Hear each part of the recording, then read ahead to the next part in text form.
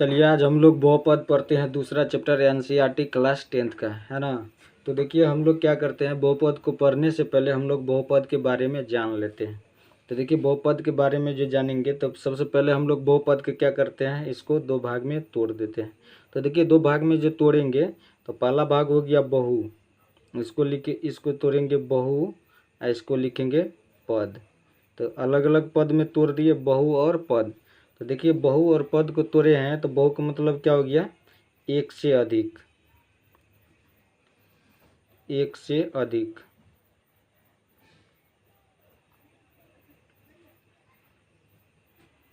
ये बहु मतलब हो गया एक से अधिक, और पद का मतलब पदे हो गया, मतलब ऐसा बहु मतलब ऐसा पद जिसमें कि एक से अधिक, ऐसा व्यंजक जिसमें एक से अधिक पद रहेगा तो वही क्या कहलाएगा, बहुपद कहलाएगा, है ना।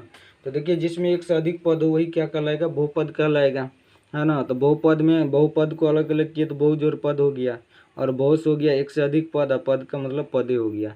तो जिसमें एक से अधिक पद होगा वही बहुपद कहलाएगा। तो देखिए इसमें जैसे कि मान के चलिए कि कोई उदाहरण ले लेते हैं, यहाँ पे देख लीजिए, मान के चलिए इसमें कोई उदाहरण ले लेते हैं, जैसे में देखिए तो इसमें जैसे कि 4x है, 4x प्लस का 2 हो गया। फिर क्या ले लेते हैं, 2y स्क्वायर, 2y स्क्वायर ले लेते हैं। तो 2y स्क्वायर माइनस का 3y प्लस का 4 ले लेते हैं। फिर देखिए इसमें क्या लेंगे, माइनस का 8x, कुछ भी मतलब अपना मन से कुछ भी कोई भी उदाहरण ले सकते हैं इसको समझने के लिए, है ना। तो -8x स्क्वायर हो गया, फिर प्लस का 4x हो गया, फिर माइनस का 2 हो गया। तो देखिए इसमें कि इसमें देखिए पहला में कितना पद है, 1 2, तो इसमें देखिए एक से अधिक पद है ना, एक पद है, ये दो पद है, तो एक से अधिक पद हो गया। और इसमें देखिए कितना पद हो गया, पहला दूसरा और तीसरा, तो इसमें 3 पद हो गया। फिर इसमें भी 3 पद हो गया। तो इस तरह से देखिए कि इसमें क्या है, कम से कम 1 से तो अधिक पद है ना, तो ये सब क्या कहलाएगा, ये सब बहुपद कहलाएगा।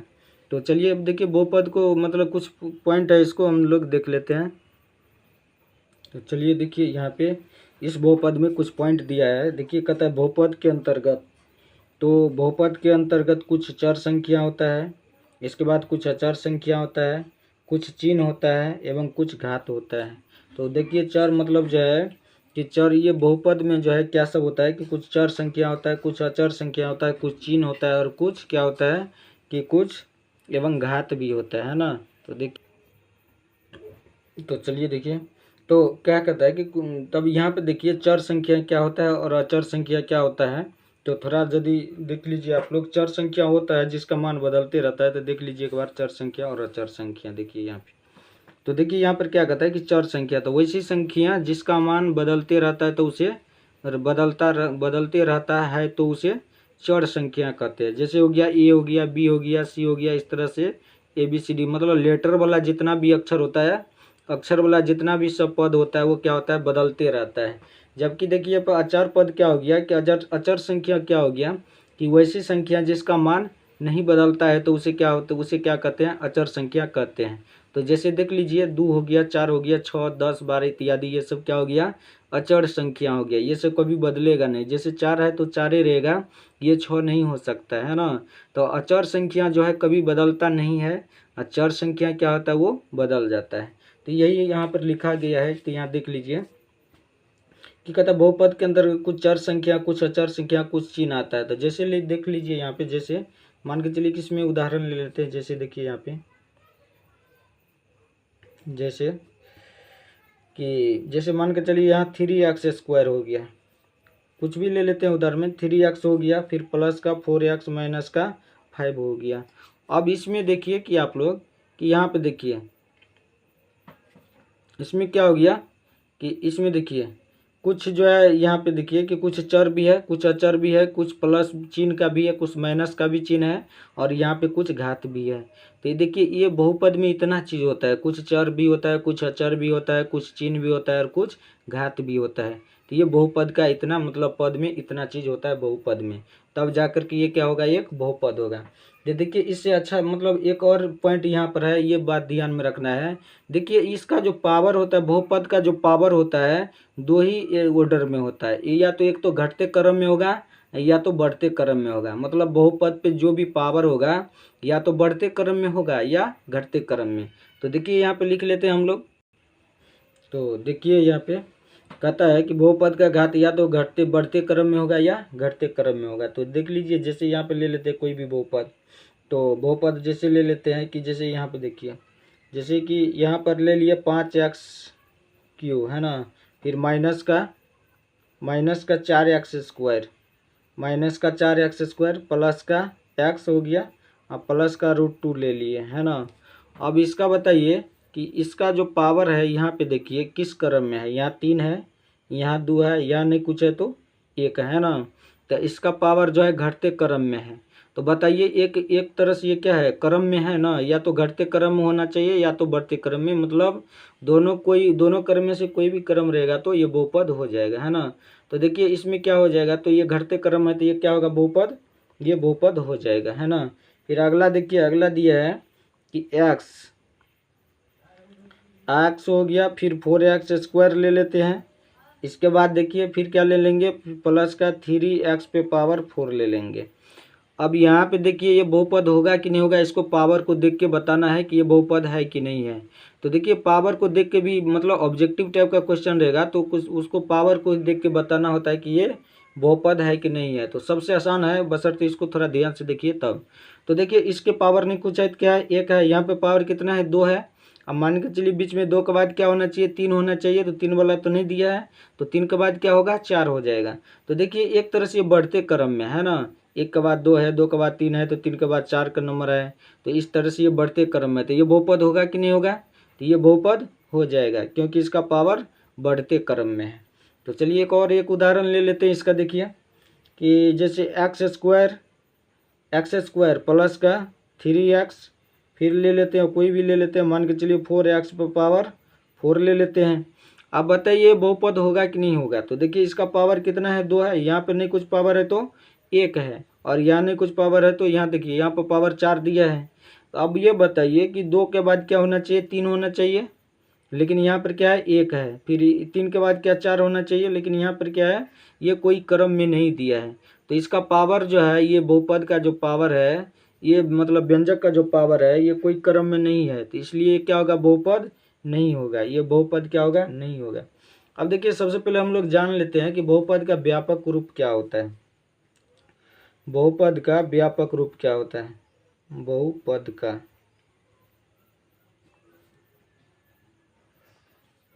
का व्यापक रूप। तो देखिए बहुपद का जो व्यापक रूप होता है वो हो गया क्या, देखिए बहुपद का जो व्यापक रूप होता है वो ax² प्लस का bx प्लस क्या होता है, c होता है ना। ये बहुपद का व्यापक रूप हो गया। अब देखिए इसके यदि बराबर में हम 0 दे देंगे तो ये बहुपद नहीं रहेगा, तब ये क्या बन जाएगा, द्विघात समीकरण का व्यापक रूप हो जाएगा।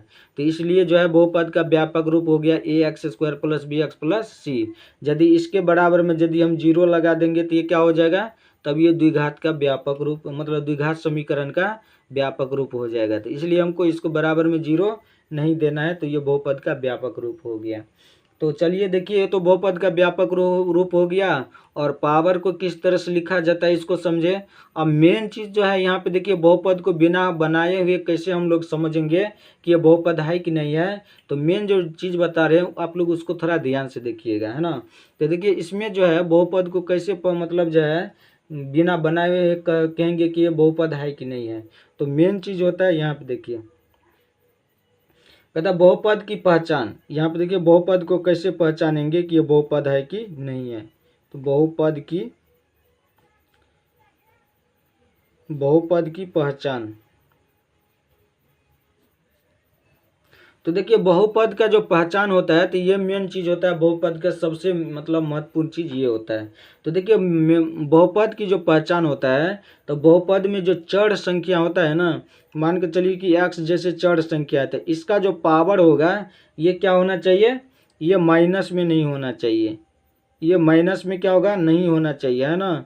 माइनस के बाद क्या होना चाहिए, रूट में नहीं होना चाहिए। फिर रूट के बाद ये बट्टे में नहीं होना चाहिए। इतना चीज में चर संख्या का पावर किसी भी बहुपद में नहीं रहना चाहिए। यदि तीनों में से कोई भी आ जाएगा तो क्या हो जाएगा, बहुपद नहीं होगा। ये तीनों में से कोई भी आ गया तो समझिए कि वो बहुपद नहीं होगा। बहुत ही आसान है, इसको थोड़ा समझिए। देखिए अब मान के चले कि उदाहरण ले लेते हैं कोई, तो यहाँ पर ले लेते हैं। जैसे देखिए तो यहाँ पे जैसे कि रूट एक्स है, प्लस कितना है, 2 है। अब देखिए प्लस 2 है, रूट एक्स है, तो ये रूट में है, तो इस पर रूट हटाएंगे तो क्या होगा, 1/2 हो जाएगा प्लस का। अब इसमें देखिए पावर कितना है, पावर तो बट्टे में आ गया, जो कि बहुपद का है कि बहुपद की पहचान है कि बट्टे में नहीं आना चाहिए। आएगा तो ये बहुपद क्या होगा, नहीं होगा, तो ये क्या हो जाएगा, बहुपद नहीं होगा। इसको काट देना है। फिर अगला देखिए, अगला कोई और उदाहरण ले लेते हैं। मान के चलिए कि 1/x-1 ले लेते हैं। तो इसको जो हल करेंगे तो देखिए 1 का मतलब माइनस होता है, तो x पे पावर -1 हो जाएगा और फिर ये -1 हो जाएगा। अब देखिए इस पे पावर कितना है, माइनस है, तो ये क्या होगा, बहुपद। ये भी बहुपद क्या होगा, नहीं होगा। फिर आगे देखिए, तो इस तरह से ढेर सारा मान के चलिए कि बहुपद होने के लिए ये तीनों नहीं रहेगा, तो तीनों नहीं रहेगा तो बहुपद हो जाएगा, लेकिन तीनों में से कोई भी एक भी रहेगा तो बहुपद नहीं होगा। तो चलिए हम लोग देखते हैं पद के आधार पे बहुपद को, मतलब पद के आधार पे बहुपद को देखते हैं कि कितना पदी। तो पद के आधार पे बहुपद को देख लीजिए। तो पद के आधार पे बहुपद जो होता है तो 1 नंबर में होता है एक पदी बहुपद। देखिए एक पदी बहुपद, पद के आधार पर जो बहुपद होता है पहला नंबर में होता है एक पदी बहुपद। तो देखिए इसको एक पदी बहुपद में जैसे हो गया, देखिए यहाँ पे एक पदी बहुपद है ना, तो एक पदी बहुपद में देखिए हम क्या ले सकते हैं, तो यहाँ पर ले लेते हैं 3x ले लेते हैं। तो देखिए इसमें कितना पद हो गया, एक पद हो गया। इसके बाद मान के चलिए कि यहाँ पे 5y² ले लेते हैं, तो देखिए इसमें भी एक पद हो गया। फिर ये क्या होता है 10tq ले लेते हैं, इत्यादि इसमें हम ले सकते हैं। तो ये सब में कितना पद है, देखिए तो ये सब में कितना पद हो गया, सब में एकक पद हो गया। इसके बाद लेते हैं, देखिए इसके बाद द्विपदी बहुपद हो गया, द्विपदी बहुपद। तो देखिए द्विपदी बहुपद में क्या होगा कि इसमें 2 पद होगा। जैसे मान के चलिए कि 4x प्लस कितना है, 2 है ना। फिर यहाँ पे 3x² माइनस के कितना है, 7 है। फिर मान के चलिए 10x पे पावर 6 है, 10x पे पावर 6 है, प्लस का 6 है ना। अब ये बताइए कि इस समय पावर कितना है, मतलब इसमें देखिए पावर नहीं, इसमें पद देखिए कितना है, 2 पद है, द्विपदी बहुपद है ना। तो इसमें देखिए पद कितना हो गया, 4x + 2 एक पद हो गया, 2 पद हो गया। 3x² - 7 है, देखिए 3x² एक पद और -7 हो गया दूसरा पद, तो ये 2 पद हो गया। फिर ये भी 2 पद हो गया है ना, तो ये सब द्विपदी हो गया। अब देखिए अगला नंबर जो है ये त्रिपदी बहुपद हो गया। देखिए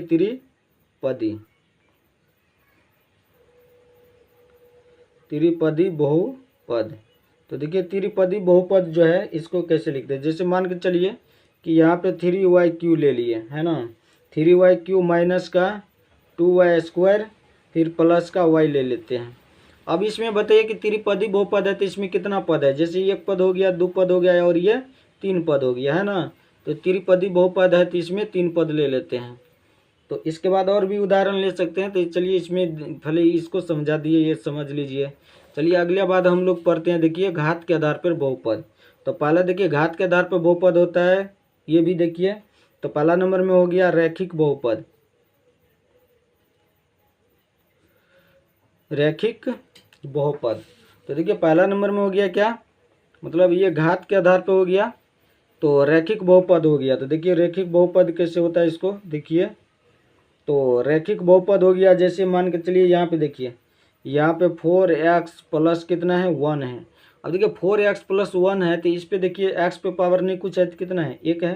तो ये इसलिए जिस पे पावर 1 रहेगा तो वो क्या हो जाएगा, जिसका घात या पावर 1 रहेगा तो वो रैखिक बहुपद कहलाएगा है ना। तो देखिए ये हो गया, इस पे पावर x पे पावर नहीं कुछ है तो ये रैखिक बहुपद है। इसके बाद देखिए दूसरा, फिर मान कर चलिए कि ये 5y है, 5y - का 3 है। अब बताइए y पे पावर नहीं कुछ है तो क्या है, 1 है। तो ये क्या हो गया, पावर 1 वाला क्या हो गया, रैखिक बहुपद हो गया। ठीक है। अब चलिए इसके बाद देखते हैं द्विघाती बहुपद, द्विघाती बहुपद। तो देखिए द्विघाती बहुपद से ही पता चलता है कि ऐसा बहुपद जिसका घात कितना होना चाहिए, जिसका घात 2 होना चाहिए। तो जैसे देख लीजिए 9x² हो गया माइनस का 4x प्लस कितना 3 हो गया। कोई बहुपद ले लिए अपने मन से। फिर यहाँ पर देखिए कि द्विघाती बहुपद में और कोई और उदाहरण ले लेते हैं। जैसे 7y² हो गया, फिर प्लस का 3y प्लस का 5 हो गया। अब बताइए इसमें घात कितना है। इसमें देखिए घात 2 है, इसमें भी घात 2 है, तो इसलिए ये कौन सा बहुपद हो गया, ये द्विघाती बहुपद हो गया। चलिए अब देखिए 3 नंबर में हम लोग पढ़ेंगे त्रिघाती बहुपद। त्रिघाती बहुपद, तो देखिए हम लोग इसमें पढ़ेंगे त्रिघाती बहुपद। तो जैसे मान कर चलिए कि यहाँ ले लेते हैं 3x पे पावर 3 प्लस का 4x², कुछ भी एक उदाहरण ले लेते हैं इसको समझने के लिए। देखिए यहाँ पे तो ये 3x³ हो जाएगा, फिर प्लस का 4x² माइनस के कितना 5x ले लेते हैं, प्लस का 3 ले लेते हैं। अब देखिए इसमें कितना घात है, तो यहाँ देख लीजिए इसका घात कितना है 3 है, तो इसलिए ये कौन सा बहुपद हो गया, ये त्रिघाती बहुपद हो गया, है ना। तो इस तरह से हम लोग पढ़ लिए पद के आधार पर बहुपद हो गया, एक पदी, द्विपदी और त्रिपदी। जिसमें एक पद रहेगा वो एक पदी बहुपद, जिसमें 2 पद रहेगा तो द्विपदी बहुपद हो जाएगा, जिसमें 3 पद रहेगा तो त्रिपदी बहुपद हो जाएगा। और घात के आधार पर देखिए जिसका एक घात रहेगा तो रैखिक बहुपद कहलाएगा, जिसका घात मतलब पावर जिसका 2 रहेगा तो जिसका पावर 2 रहेगा तो वो द्विघाती बहुपद कहलाएगा, और जिसका पावर 3 है तो वो क्या कहलाएगा, वो त्रिघाती बहुपद कहलाएगा, है ना।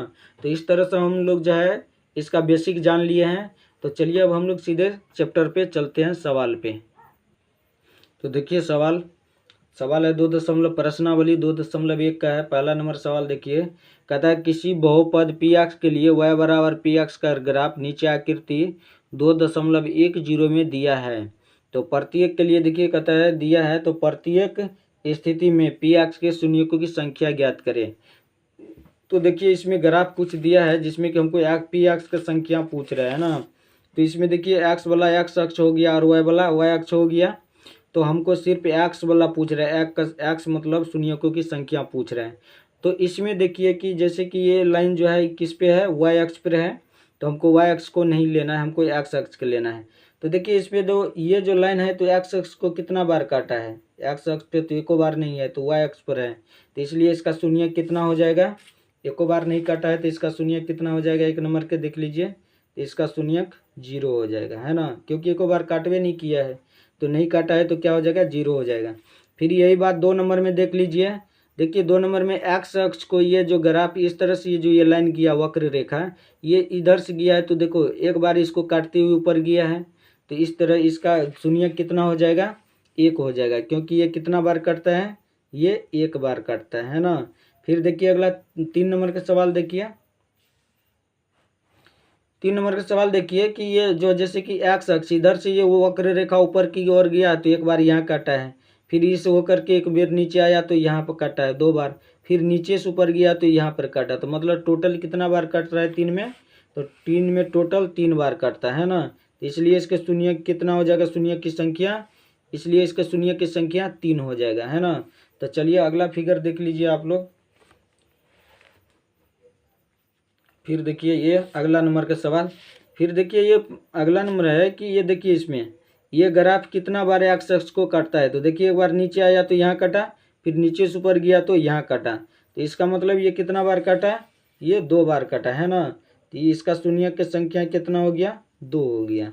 फिर अगला देखिए, अगला जो ये दिया है देखिए, अब ये वक्र रेखा x अक्ष को कितना बार काटता है, जितना बार कटेगा उतना ही उसका आंसर होगा। तो देखिए एक बार ये ऊपर नीचे से ऊपर गया तो यहाँ कटा, फिर ऊपर से नीचे आया तो यहाँ कटा, तो टोटल 2 हो गया। फिर ऊपर नीचे से फिर ऊपर गया तो ये 3 हो गया, फिर ऊपर से नीचे आया तो 4 हो गया। तो इस तरह से इसमें शून्यकों की संख्या कितना हो गया 4 हो गया। तो ये कितना हो गया, इसका शून्य की संख्या 4 हो गया, ठीक है। तो देखिए फिर अगला फिगर में देखिए, इसमें देखिए कि x अक्ष में ये x अक्ष को ये वक्र रेखा कितना बार मतलब काटता है या प्रतिच्छेद करता है। तो देखिए एक बार ये नीचे से ऊपर गया तो यहाँ तो कट गया है, बाकी के जो ये देख रहे हैं तो ये कटा हुआ नहीं है, बल्कि ये स्पर्श रेखा है, ये छू करके सिर्फ जा रहा है, एक दूसरे का आर पार नहीं कर रहा है, ये सिर्फ आर पार एक बार किया है। तो इसलिए इसके शून्यकों की संख्या कितना हो जाएगा, इसके शून्यकों की संख्या 1 हो जाएगा, है ना। तो ये हम लोगों का ये चैप्टर समाप्त हो गया, मतलब ये एक्सरसाइज प्रश्नावली 2.1 समाप्त हो गया, है ना। तो इसी तरह आप लोग कृपया चैनल को सब्सक्राइब कर दीजिए ताकि और भी इस तरह से वीडियो आप लोगों को बना रहेगा। धन्यवाद।